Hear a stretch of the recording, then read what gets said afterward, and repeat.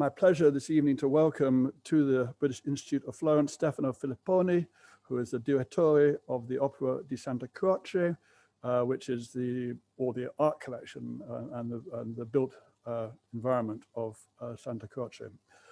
Stefano has been doing this job for a couple of years. Before that, he was at the Museo di Risorgimento, and before that, he worked at Uffizi. He's originally from Roma, studied history of art at La Sapienza, and it's a pleasure for me to welcome Stefano to the British Institute of Florence. Thank you.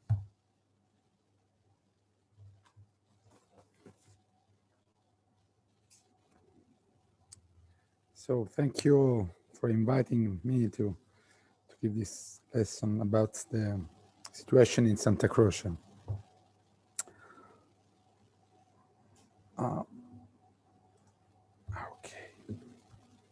As you know, Santa Croce is one of the best known monumental complexes in the world, one of the hearts of Franciscan spirituality, the pantheon of Italian glories, and a crucial stop of the grand tour and ladder of modern tourism.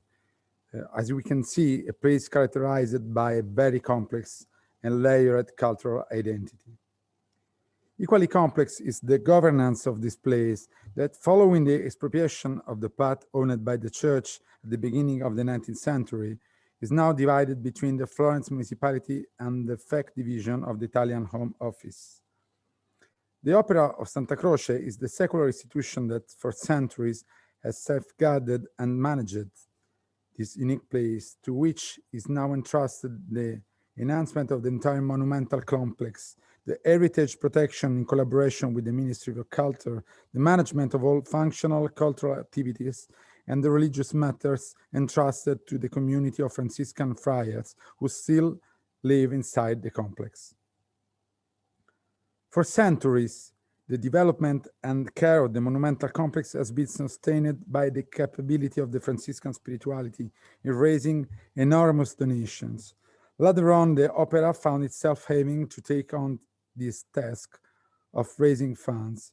In this context, the introduction of an entrance ticket, which took place about 20 years ago, marks an important watershed because it has allowed the opera to gain necessary financial resources without support from other institutions, to undertake systematic restoration, maintenance, and modernize the cultural use of the complex, therefore reaching flows of around 800,000 visitors per year.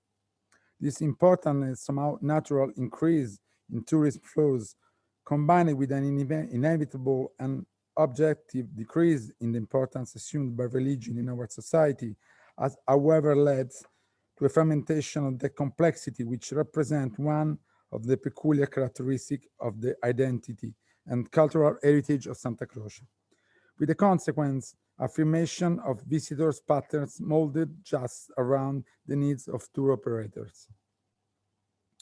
All this generated an organizational model aimed at increasing visitors to the detriment of the quality of the visitor experience and rapport.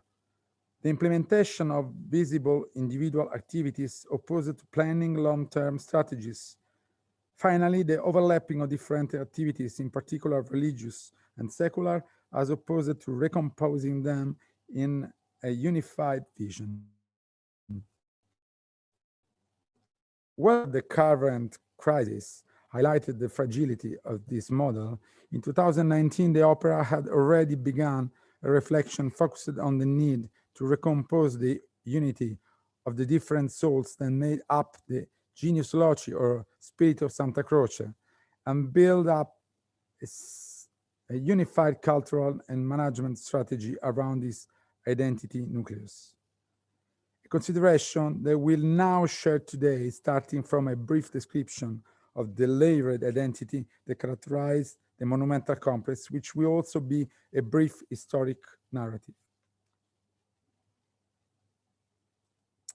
The first key element of this identity is clearly Franciscan spirituality. All the history of Santa Croce and the very rich artistic heritage that we can admire today is not fully understandable without foremost knowing the chronicles of the Franciscan community and their expectations regarding art. So we start with the story of this community that, according to tradition, starts in 1209, when the first companion reached Florence. The city at the time was thriving on the manufacture of wooden clothes, which it exported through Europe, and hundreds of peasants were leaving their field to find work in the city, moving into new suburban settlements built just outside the wall. The brothers in the new mendicant order tended to settle among these new city dwellers, the Franciscans choosing the north bank of the Arno, a low-lying marshy area often flooded when the river broke its banks. The church of Santa Croce was first mentioned when Francis was canonized in 1228, just 2 years after his death. After this foundation, at the beginning, the Franciscans were eyed with suspicion, but the church, then Francis' revolutionary lifestyle and message, were soon welcomed with enthusiasm, not only by the poor and needy, but also by the new social classes that were starting to form in those years. The craftsmen, merchants, and other professional people who worked for a living and who saw in Francis' example a way to live their lives in a manner consistent with their Christian faith. Success witnessed in Florence when the early church was replaced by a second one, and finally in 1295, building started on a third, much larger complex. The project was masterminded by Arnolfo di Cambio, Florence's leading architect, and the chancel area was almost complete when he died at the beginning of the 14th century. After the transept, construction began on the nave and the aisles, and the church was complete by the end of the 14th century. Then artists began to decorate the walls in frescoes, a rapid and economical way of narrating religious stories in a manner immediately clear to a mostly illiterate congregation, in keeping with the great attention the Franciscans dedicated to art. Today, the medieval architectural structure of the church is still clearly legible, as is its connection with the Franciscan order, starting with the Tau-shaped ground plan, Tau being the letter of the Greek alphabet chosen by St. Francis as a symbol for himself and his friars, since it recalled the image of Christ's cross. At the same time, many changes have occurred over the centuries, and to really understand Santa Croce, it is important to recognize the present building. In the present building, the traces of the various ages which have succeeded one another. If we look at the spacious plastered walls which today characterize Santa Croce, it is hard to imagine that the medieval basilica had a very rich and colorful fresco decoration stretching all over the walls of the church, with decorative elements and religious scenes devised to instruct the faithful. This can still be seen today in the chancel and the transept chapels. In the Middle Ages, also the division of spaces was very different from the present one, because of the presence of the partition, a wall several meters high, which in the convent churches separated the area near the altar reserved for the friars from the area for worship. Was a majestic, complex construction with richly decorated chapels. The famous crucifix of Cimabue, which can currently be seen in the sacristy, probably used to crown this structure. And it was only in the second half of the 16th century that the appearance of the medieval basilica was radically modified to adapt it to the directive of the Trento Council that prescribed order, decorum, and symmetry in place of worship. To carry out these indications, the architect Giorgio Vasari had the partition demolished and made 40 new monumental altars along the walls, covering and destroying the pre-existing decoration. In this way, the rich and chaotic medieval church was superimposed by the more monumental and severe vision, complete in 1590, with the decision taken by the opera to whitewash the church walls. Over the following centuries, many other changes occurred without this without the structurally altering Vasari's approach to the basilica. And to truly understand Santa Croce, it is essential also to dedicate the same attention to the entire monumental complex for its artistic value and to envisage the possibility of connecting its artistic heritage to the daily life of the Franciscan community. These environments have in fact grown over time in a fashion similar to those found in the church through the same network of relationship, thus generating an equally important cultural heritage. What we have seen is a painting made at the beginning of the 18th century that shows us how was the aspect of the first and the second courtyards before in the 19th century to give more space to the most important from an architectural point of view at the time.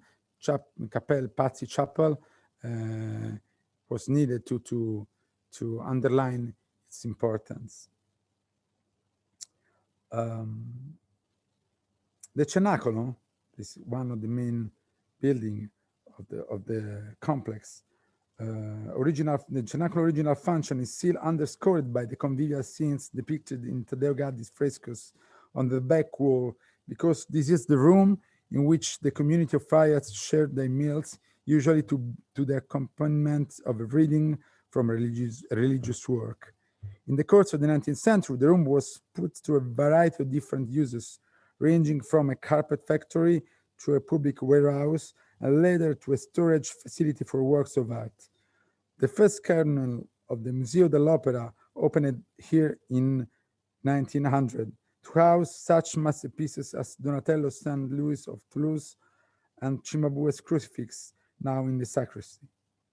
The room's old function as a venue for sharing and debate is still maintained today thanks to a program of conferences and concerts.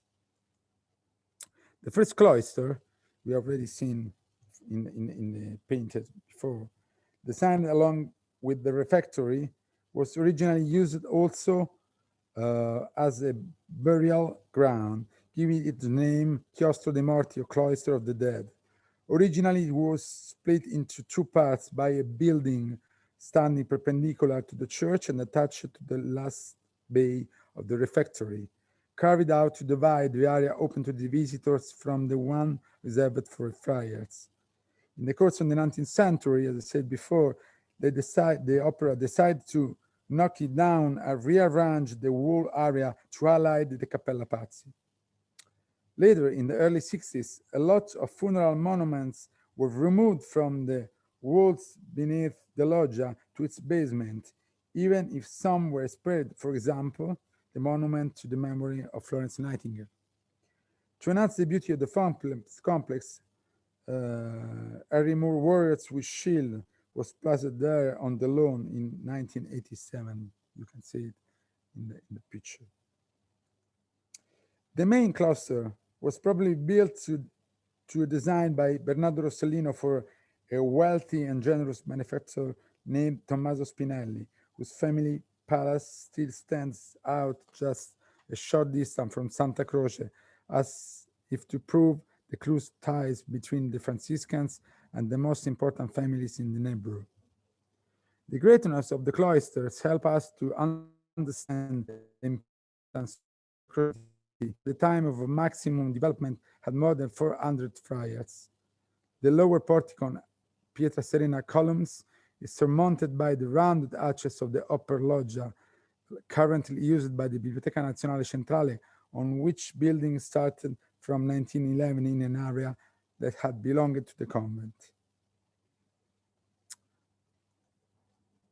Another key element of Santa Croce identity is its nature as a place of memory, first for families, then civic personalities, which finally transformed it into the pantheon of Italian glories.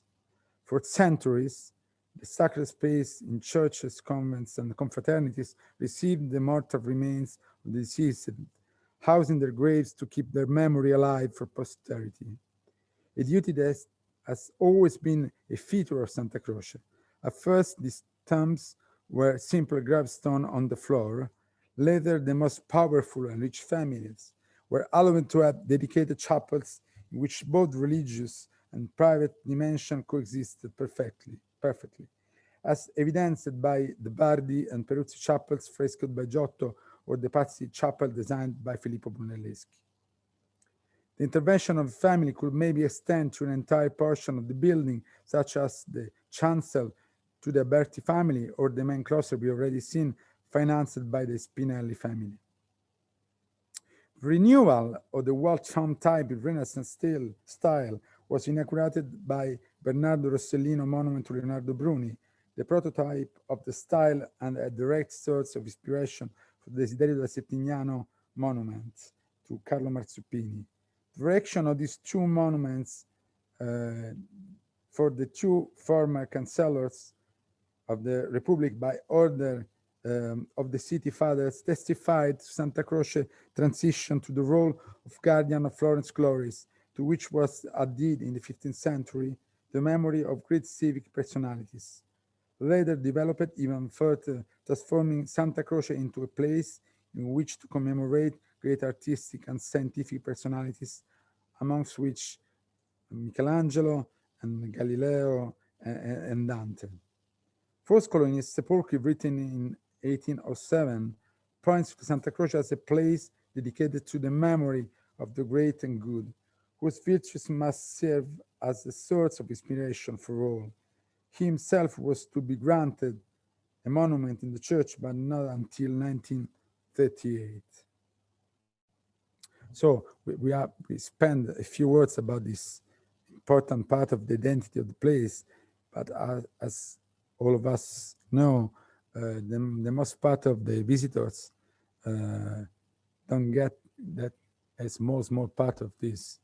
At the moment, the entrance for the visitors in the basilica just press them to see all is inside the basilica, and then don't pay great attention to the rest of the complex.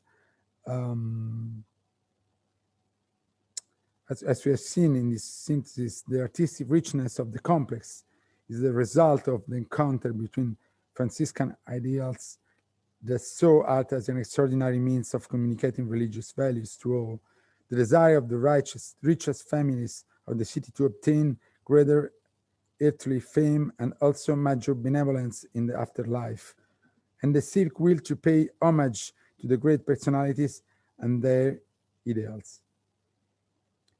This harmonious overlap of factions and values has generated an exclusive heritage of spirituality, secular ideals, beauty, making Santa Croce a unique place in the world, able to represent universal values associated with an artistic legacy of extraordinary importance, precisely because of its complexity. Starting from this awareness, in 2019, we already started to rethink our organization in order to rebalance a structure oriented mainly towards a logistical management of the visitors' flow and the place, enhancing internal skills and expanding our staff to increase the opera's ability in producing knowledge and quality relationships. We have highlighted and strengthened connections between all sectors that contribute to the production of knowledge and relationship, both internally, creating a transversal structure towards the safeguard, research, enhancement, communication, and promotion area. We have reconstructed a vision of the institution shared between all internal stakeholders, the friars community, and the owner bodies. The pandemic crisis has certainly slowed down and made this reorganization project more difficult to carry out, while highlighting at the same time its absolute necessity and urgency. Through the different steps I've summarized, on April 21st of this year, we presented the new management and enhancement project that, owing to COVID, is also our post-crisis starting plan. A project that envisage the renewal of our cultural offer, starting with a new visitors path, a project built from the term relationship, First of all, the relationship between the different components that make up the identity of Santa Croce to recompose that unity in diversity. That is an essential element of this extraordinary place, followed by the relationship between research, conservation, and communication with our public, considering these three actions indispensable as three parts of a single mission. Finally, the relationship between our heritage and its surroundings to reconstruct the network of cultural and historical connection that is fundamental to building a different model of visitors' fruition, both sustainable and visitors' experience quality oriented for every type of tourist and visitor. We have developed a 3-year action plan to carry out this project. We have just started. I hope that it will be possible to return here and tell you all about its evolution and right up to its completion. And so it's been a pleasure to come here just to start the communication of this project outside. And thank you for your attention and for any question here.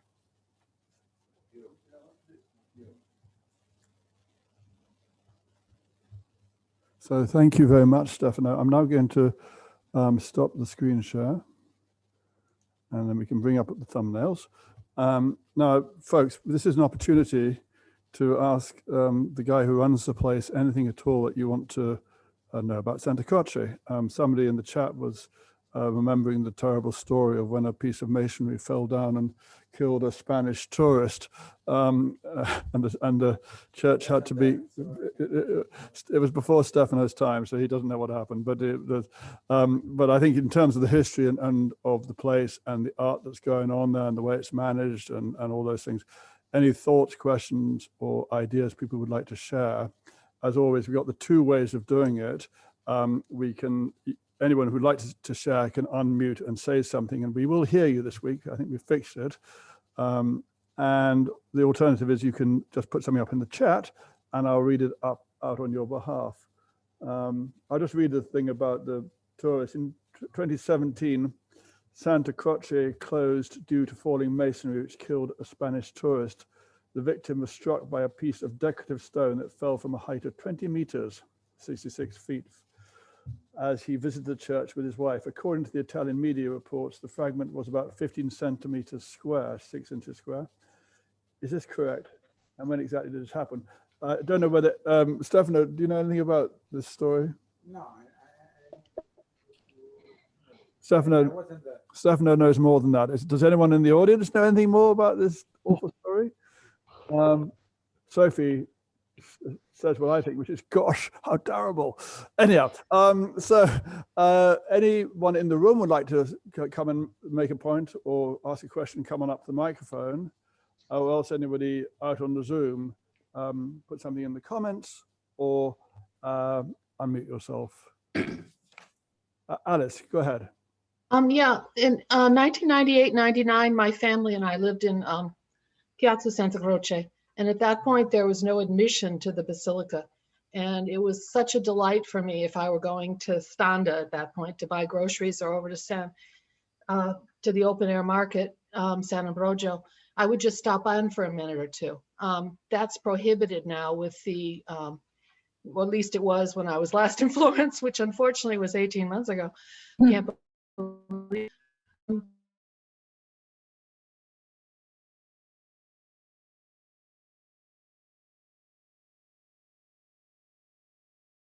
Could get a pass, you could, obviously they have asked for a museum entrance fee in order to maintain the Basilica. But just for those of us who would like to wander in occasionally and stay for a minute or two and look at one thing, is there any sort of provision for that in the future? Good idea. Stefano, the question was that in the old days, it was free admission. Yeah. And so if you're living here, you could be in the piazza and choose to go in for 2 or 3 minutes and then go out again. Alice recognizes that you need to have some income, but is there any scheme where you can have a pass or whatever? So off you go. Okay. Yeah. Thank you. So first of all, it's not the opera needing for the entrance fee is the building itself, because I say there is any kind of support from for other institutions to the maintenance of the building, and is due especially to the nature of the Fabriceria, where somehow institutions strictly related to the community, supported directly by the community. That's why the other more modern institutions didn't cover this area of our heritage. Saying that, we in the plan we made in 2019, we had the idea to offer annual ticket to allow people who is interested in come more than once to visit our place without paying too much, because it doesn't make sense. There are completely different kind of audience. We have to have different offers for them, and what we were trying to do is to connect this annual ticket with our membership program, because we are having a lot of funds from important institutions and healthy, wealthy people, but at the same time we'd like to have some crowdfunding. We have already managed it very in a very good way before my arrival at Santa Croce. We had a lot of projects in both crowdfunding and big supporter. What we try to do is to have not just special projects to singular restoration, but some kind of support project for all the activities we manage. So to stay a little bit more focused to the question, the answer is that we start a ticket for 1 year that would be just a little bit more expensive than the normal ticket for one entrance. Michael, we'll bring Michael Griffith in 1 moment. Before that, we have a question from Judy, which is echoed also by Matt Adams. The question is, how can you find out who is buried where under the floor? I'm thinking particularly about Vespasiano Bisticci, as mentioned in the new Ross King book, Bisticci. So how do we know who's buried where? Wow. As you all know, there have been a lot of important activities in the church during the centuries. Some of them to make new spaces for new people to need the space for their families. So we have several obituaries who just describe where the tombs were at the time. So we had to collect all this information, and the problem is not just to know where the buried people is now, because every tomb is empty at the moment, but just to reconnect the different use of spaces in different moments of the history of the complex, because the most important renewal use spaces is that one managed by Vasari, that gave the main altar to mainly new families. So this was also a way to recollect more money, or to give some kind of prize to the families, more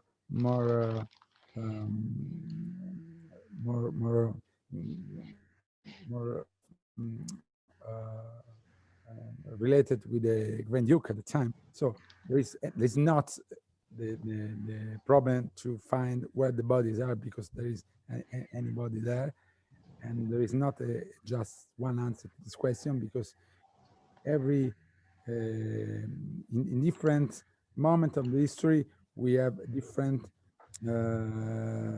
tombs that have been substantiated each other. So the project we have with the University of Florence is the idea to use some digital tool to allow people to see the different aspects of the church along the centuries, and it could be the right tool to show also the different position of tombs and altar in the different centuries. I'll now ask Michael Griffiths to come up and ask his question. So you just go and speak into the microphone, into the Zoom. Yeah. Thank you. Before I ask a question, I'd like to say hello to Dick Alford, who I see is part on the Zoom program. We owe a lot to Dick. Thank you, Michael. Good to hear you. You were assisting with the British Council, the Institute, and I hope we will be able to welcome you back to Florence sometime, maybe to give us a lecture or something like that. Anyhow, we have very fond memories of your contribution to the Institute all those years ago. Thank you. Thank you. So my question, could you tell us a little bit more about how the Pazzi Chapel came to be built in Santa Croce? How was it decided? Who decided it? Who paid for it? Because I remember going back to Kenny Clark's program on civilization when he talked about the Pazzi Chapel in a very illuminating way of how it symbolizes this connection between Gothic and the Renaissance. But it's a remarkable story. If you could tell us a little bit more about that, how it came to be there, because it's rather remarkable that it's stuck there in this marvelous, magnificent Gothic church. I'll do my best. So to talk about the Pazzi Chapel, it's really useful to talk about the accident that happened in the complex in 1423, and the Novizi We've had too good a relationship. were destroyed by a big fire, and so after this accident, a great program of Exactly, that's what Adam said. The company that sends you. I don't know if it's the echoing of my voice or okay. And it's interesting to underline this because as we have seen, the Pazzi Chapel is really important. We do agree, all of us, but somehow the importance gave to this chapel was caused some problem to the conservation of the different part of the courtyards of the cloisters. And at the same time, to understand it, we have to reconnect the commitment by Andrea Pazzi to Filippo Brunelleschi with all the activities that were going at the same time. So, for example, Michelozzo was in charge of the new areas for the Novizi, and the Spinelli family charged Bernardo Rossellino of the main cloister. And it's important to remember it because, as you maybe know, there is someone who proposed that it was Michelozzo who designed the Pazzi Chapel because of the context. And when Andrea Pazzi started this commission, Brunelleschi had just a few years of his life, so maybe he made the project, but he didn't manage the construction. And after all, the hypothesis of Trachtenberg, there was Michelozzo, the architect who made it, was related to the not so high quality of the craftsmen who work inside the Cappella Pazzi. And So we have still a lot of information to know, because, for example, I cannot tell you everything, but there are some part of the inside architectural complex that are not original. They are not Pietra Serena. We discovered it during a control before the restoration. So we have a lot to know about this. And one more important thing to say that maybe is less known is that Brunelleschi didn't have, if he was Brunelleschi, then the man who designed the chapel, didn't have an open space. He used to exactly the right space empty between the church and the new area of the new friars that was managed by Michelozzo. That's a few words about the chapel.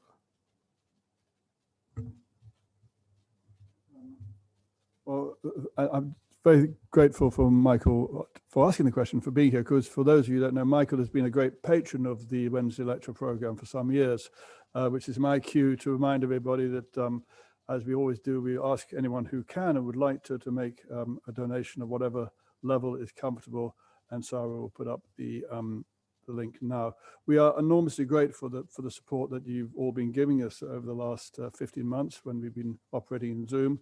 And for a small lucky few, we're saying thank you with a visit to Santa Croce as guests of Stefano and his team on Monday evening. I'm afraid the places available have all been taken. So if you'd been hoping to join that program as one of our donors, you'll have to wait for another opportunity, or next time you're in Florence. I note in the chat that Susan Ryan is one of probably many on this call who's trying to get back to Florence but can't, and is now looking at, she's booked for November. So Susan, I hope you make it then and come on by and see us. And same to all of you exiles. We'll keep communicating with you via Zoom until such time as you can get here, but we really do look forward to seeing you back. Florence is slowly getting back to normal. Stefano said his visitor rate at Santa Croce is currently about 20% of what he'd expect at this time of year normally. And this, the city is beginning to be a little bit fuller. We can eat in the restaurants again. Santa Spirito is full of tables outside. It's rather lovely. It's a nice place to have dinner. But no, we do miss you, and we do want you back as soon as it's possible. Is anyone who's on the Zoom who'd like to unmute and say something to us? Tessa, go ahead. And that's a couple in the chat I'll do afterwards. Tessa, yeah? You there? Unmute. Done. There you are. How many friars are still there? And is it possible to join in any of their services at any time?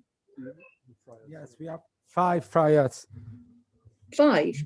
5. And one of the most important part of the relationship with our internal stakeholders was to reconnect somehow the friars with the opera, because the church has been somehow divided in 2 parts. There is a part just used for mass and all the religious activities of the friars. At the same time, they felt somehow exiliated from the rest of the church during opening to audience. So we have been working with them to find out a different way to manage audience during the opening, and the new visitors part that we are going to work on, and that is no more starting from the church, but starting from the first courtyard, the Porta del Martello. There was the door that from the very beginning of the history of the complex was the door that connected the friars with the city will become the door for all the visitors to come into the complex. So the people will get to the basilica just after visiting the first courtyard, and we give them some information about the history of St. Francis and the Franciscan community, and some information about the iconography of Francis and the most important iconography that the Franciscan used to have in their churches. At the same time, some information about the different status of the church from the other part of the complex, because the question is not to believe or not believe, to be Christians or Muslim or whatever. The question is to understand the context where we are moving into. So we want people to know that what was the history of the place, and you cannot understand it without knowing nothing about Francis and the Franciscan community. At the same time, you have to understand that the church is open for cultural activities, but at the same time, it's a spiritual place. So there are some rules that have to be respected, not to be in any way submitted to church. And I think we are beyond all of this. We don't need to underline the difference between the lay institution that is the opera and the religious institution is that are the Franciscans. So, and to answer to your question, yes, you can contact them and have some service just for your friends. They do this kind of service according to the fact that they are just 5. So no, maybe it's not so easy, and we are helping them in explaining to the general organization of Franciscans that Santa Croce is a very, very special church, also from their point of view. So we are somehow helping them to have more young friars in the community, because we need the friars to be seen, to be there.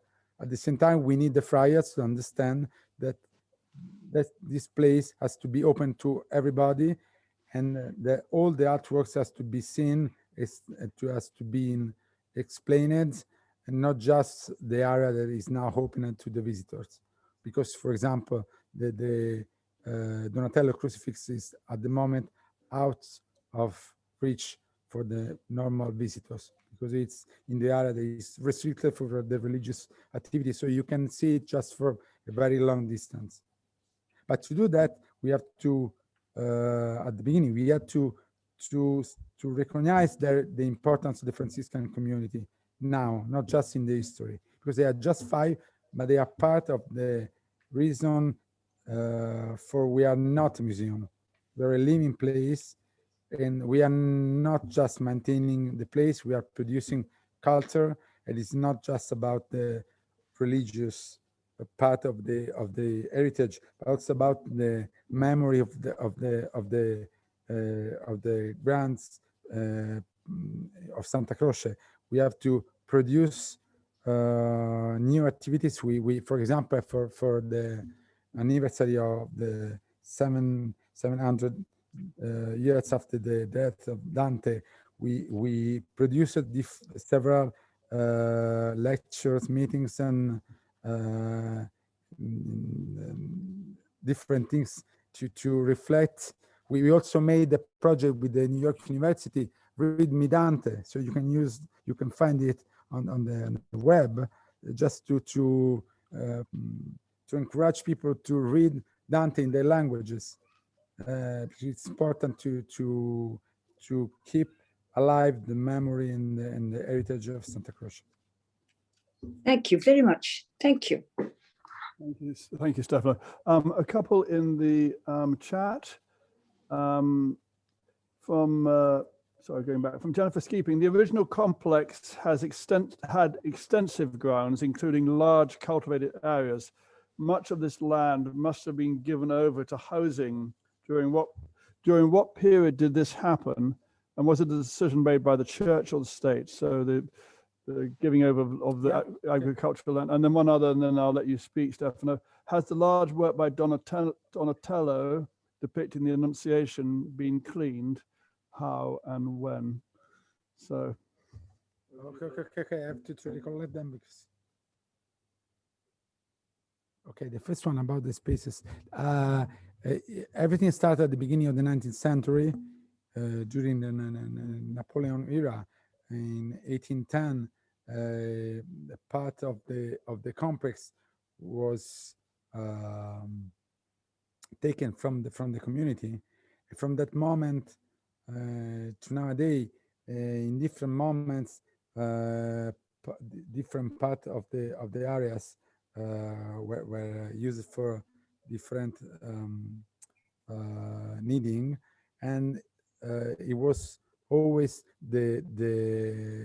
decided by the institutions in charge, the lay institution in charge of the city or of the national government.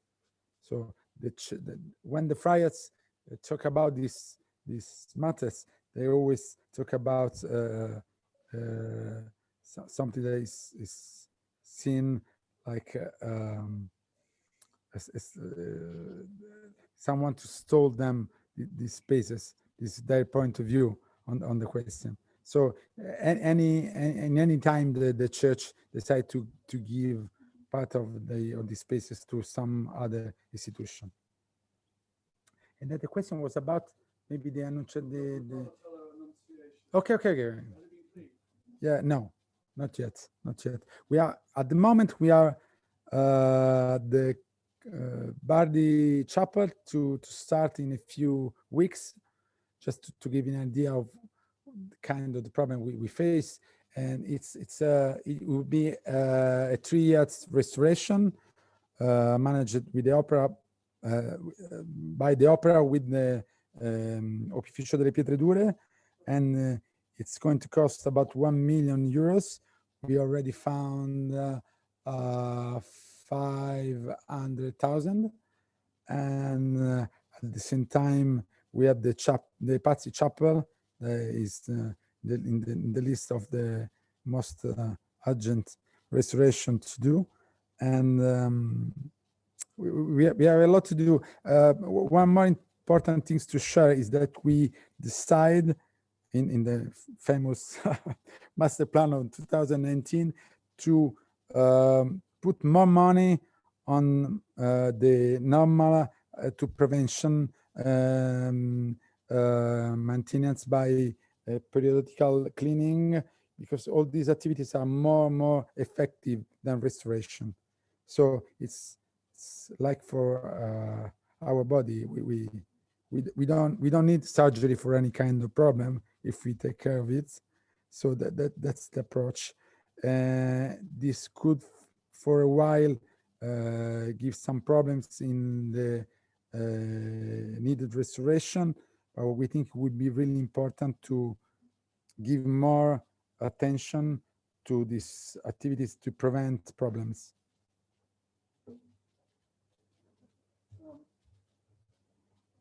So I just note that somebody just asked about finding accommodation. This is not the right forum for that, but there is a Facebook site called Friends in Florence, which is really good for that kind of thing. So look up Friends in Florence if you want accommodation here.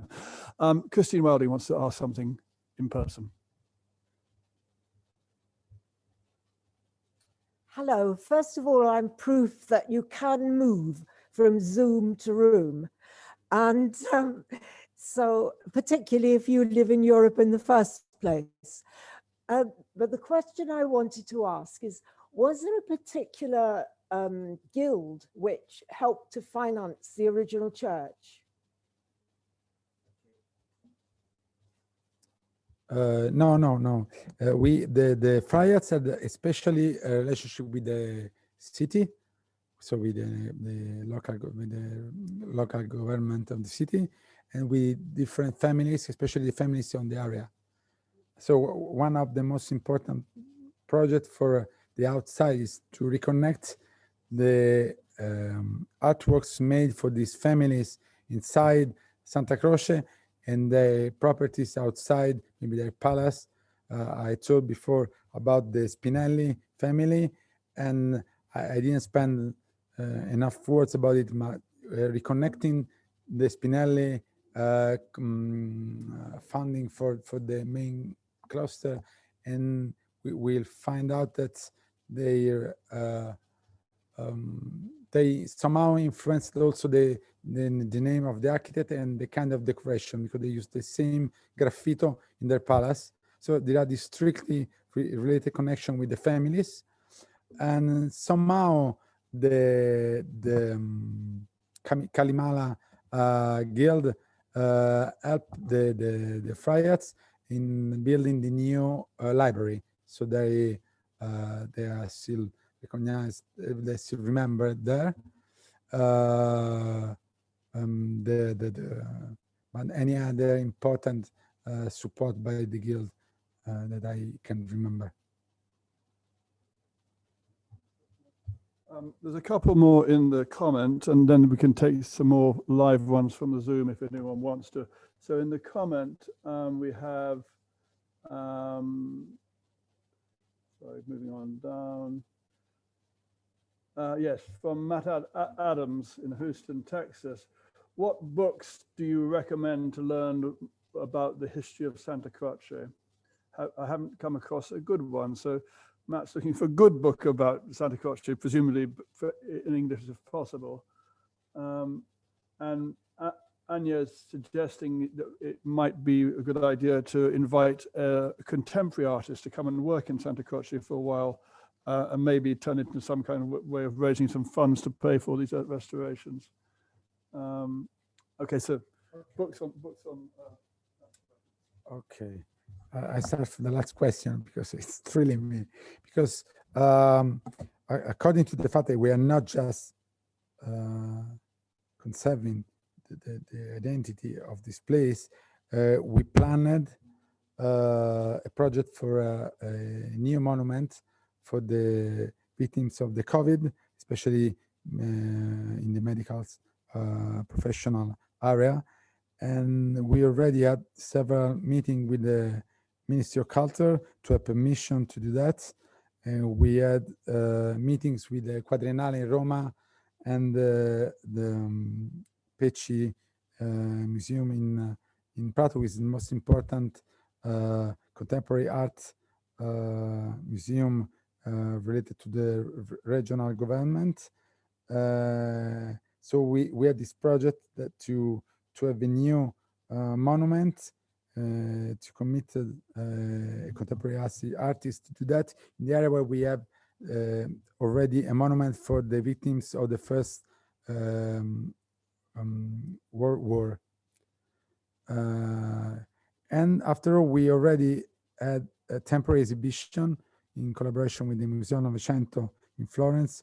So it's really important to still make what the opera did in the past. After all the artworks that we see in the complex were made by contemporary artists that were coded by families or the opera or the friars themselves to express something that was important for all of them, but at the same time to express themselves. So we have this connection. I didn't talk about this in the speech, but this is another key point for Santa Croce, because when we talk about the spirituality of the Franciscans and the memory of the greats, we have also to say that all these two values have been expressed by artists and by contemporary art. So that's something we really have to do. And for the books, it's a big question. The most good book to have a general vision to me is the one made by the Casa di Risparmio in the series of the main great book on the cathedrals. I don't know if it has been translated in English. I don't think so. But it's really a general history of the complex and a general introduction to the cultural heritage.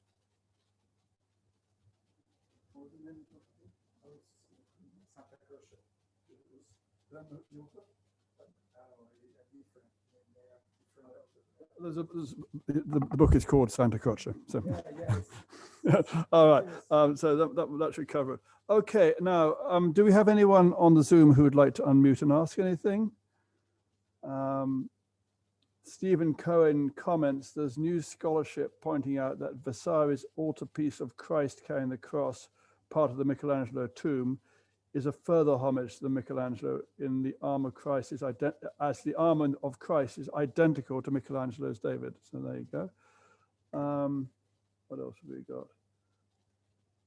Lots of people saying thank you and they've enjoyed themselves. Mary Jane is suggesting for your development department, Stefano, that they use Kickstarter as do some crowdfunding to get the body restored. All good ideas. Mary Jane, you obviously work in development. Do you want to say something? I see you unmuted. No, I just was involved with the Crazy for Pazzi, and it was a good idea. As I said before, Santa Croce managed marvelous project in funding before my arrival, and we will try to do something that could be comparable with this. And yeah, I think Crazy for Pazzi was a great project, and in the name of Michelangelo too, and also the Sisters in Liberty project.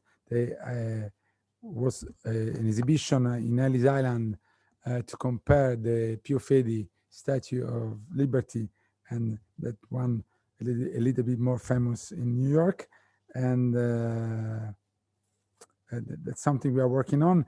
We are just trying to give to these activities some kind of continuity that was impossible to have in the past. Not for the main it was managed, but just for the general organization was managed. So we had a different organization. We were more focused on the ongoing activities without having more strategic somehow plan. So also the fundraising activities that were managed in a very good way had to start and restart every time. So if you have been involved, Mary Jane, in Crazy for Pazzi, maybe you've seen that we had this different projects starting different times without the possibility to have a continuous work on this theme that is needed, because it's really important to have a strict connection to offer maybe smaller things to do or to information about the plan. But I think I have to learn a lot about what we have done before my arrival. Thank you. Thanks, Mary Jane. We'll have to think of a clever title like Crazy for Pazzi, maybe. I don't know, something singing for Bardi. I don't know. Anyhow, so what else have we got? We got Sarah has very helpfully put up the exact title of the book and a reference on Amazon if you want to get a hold of it. I don't know, we don't yet know whether it's in translation, but certainly available in Italian. Michael Rimmer is asking a question about the association between Santa Croce, the piazza, and the church complex. How does that relationship work? And does Santa Croce derive any revenue from the relationship with the piazza and the local association? I'm sorry, this is Michael, if I can just jump in there. I realize I misworded my question. I was interested in knowing how far back the association between Santa Croce and the Santa Croce area and the Calcio Fiorentino goes back, how long-standing that association is, and indeed whether Santa Croce derives any revenue from the Calcio. Okay, as you maybe know, we can consider the the Calcio Fiorentino, the last damage of the flood in 1966, because of the flood that the statue of Dante was removed from the center of the square. And then 2 years later, in 1968, we restarted the tradition of Calcio Fiorentino in Piazza Santa Croce. That is really interesting itself, but the problem is that they build up some incredible monstrous structure every year that kill the square, and it's very dangerous for everybody. So we are working on the relationship between Santa Croce and the area in two ways. The first one was to underline connections between our heritage, something in the area, and we started for Dante. So we made this very small and simple app for the regional government called in Toscana con Dante, proposing different paths in Florence, starting from Santa Croce to reconnect the Cenotafio with the place where Dante used to live and the place he talked about in the Commedia. We also are interested in propose some kind of different path to the tourist to use the capability of the Santa Croce to collect a lot of visitors, because we have to share them with the area. And after all, I think this is some kind of moral duty. We have the big attractors, starting from the with the point that we are not attracting so much people as we did before, or we are still attracting the main part of the visitors in Florence. So we have to think about the small places that are not less important than we are, but cannot be so known. So we have to start an offer from that can push the visitors to see so small places around the area. These are the things we are working on. If I could just throw in another idea, which I'm sure has probably been investigated and is not possible, but Benigni has sort of famously done his Dante performances in Piazza Santa Croce in the past. I just wondered if there was any possibility of him being prepared to do one as a fundraiser for both Santa Croce, the church, and maybe Santa Croce, the area, but specifically for the church. You mean specifically Benigni? Just because Benigni is a big draw in general. Yeah, right. We just managed a spettacolo. I don't know the English. A show. Yeah, right. A show with Aldo Cazzullo, who is an important journalist in Italy, and Piero Pelù is an important singer. Just in front of the Basilica, they made this show to present together the Dante and some part of the Commedia, and but we have to support the project. Honestly, it was not a way to gain some money for us. Yeah, because the crisis is really general, and we have to do everything we can to restart, not just inside the complex, but outside in the area. So I think there is such a needing of funds, of everything. The best we can do is to propose things, because honestly, we have a lot of problems. We have the main part of our the people working for the opera who is working 30-40% of their normal time, but we are in a really better situation than other institutions. So we have to push and to offer things to maybe have more visitors, more attention, but doing things, and maybe it would be better doing things that can be useful also for the other institutions in the area.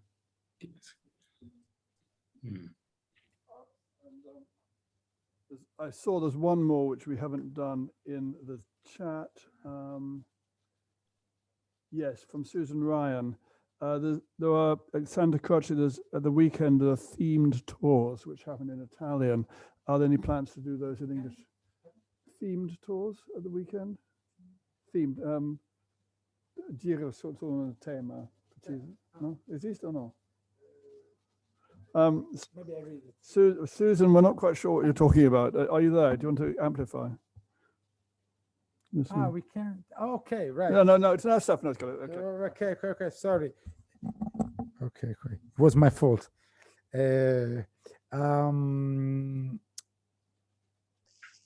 only in Italian now for a specific reason, because we are managing them with the internal people of the opera. We are not able to manage this kind of offer for the in several languages, but we wanted to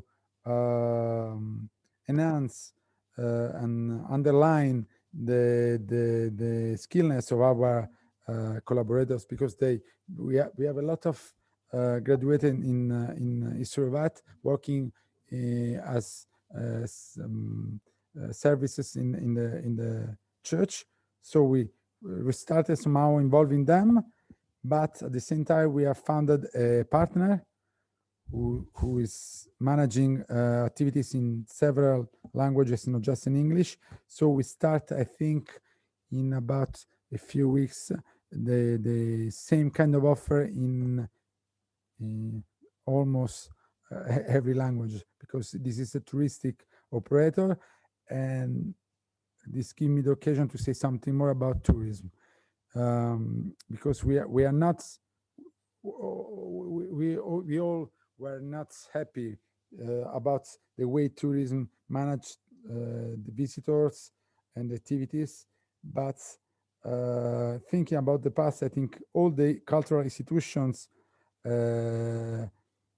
let this area of activity completely empty. So the tour operators just use the space we let them to use. And in a few years, when the tourism exploded like a big industry, we had the courage, and maybe the courage, I think, not the possibility to stop them in their way to managing things. Now we had some kind of suspension of activities, and so we have to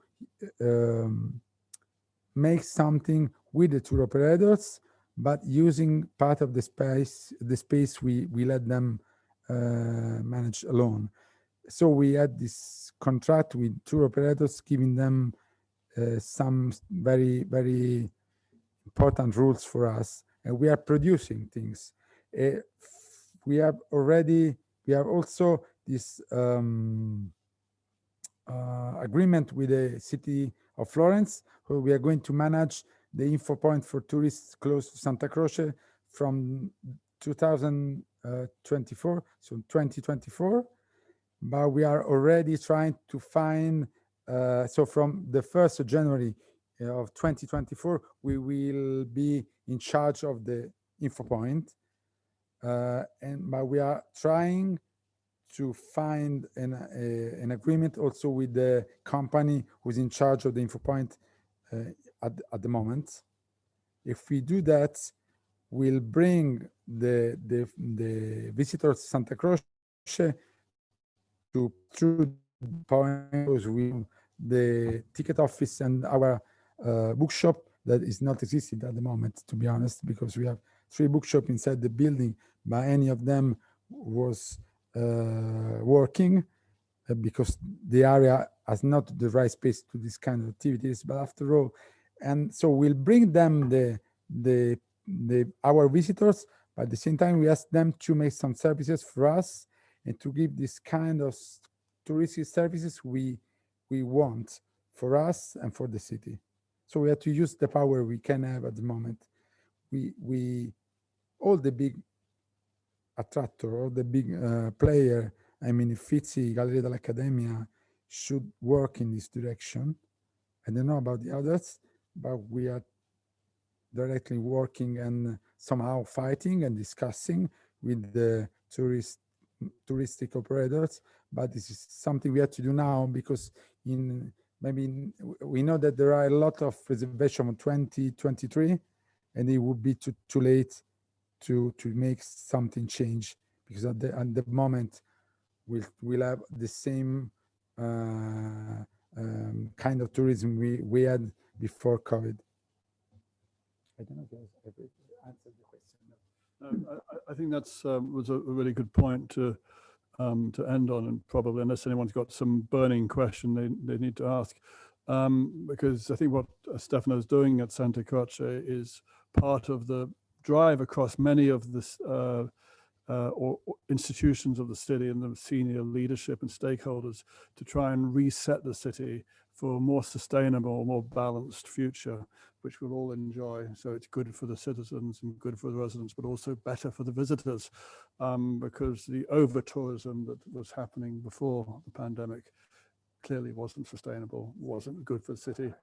And Stefano, can I say one more thing about that? One word about tourism and the tourists, because after all, the tourists, it's me when I go outside. I mean, we have this kind of this expression. We talk about the tourists like some alien coming from another world.